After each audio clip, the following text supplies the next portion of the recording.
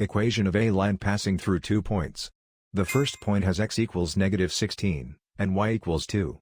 The second point has x equals 50, and y equals 4. First, place the 2 points on the coordinate grid.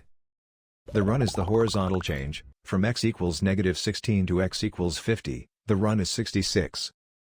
The rise is the vertical change, from y equals 2 to y equals 4, the rise is 2.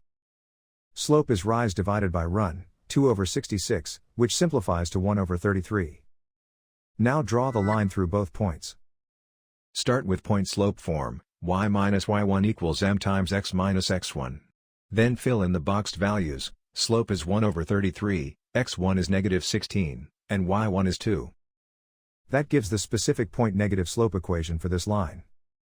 Finally, solve for y to get slope negative intercept form. The graph and the equation describe the same line.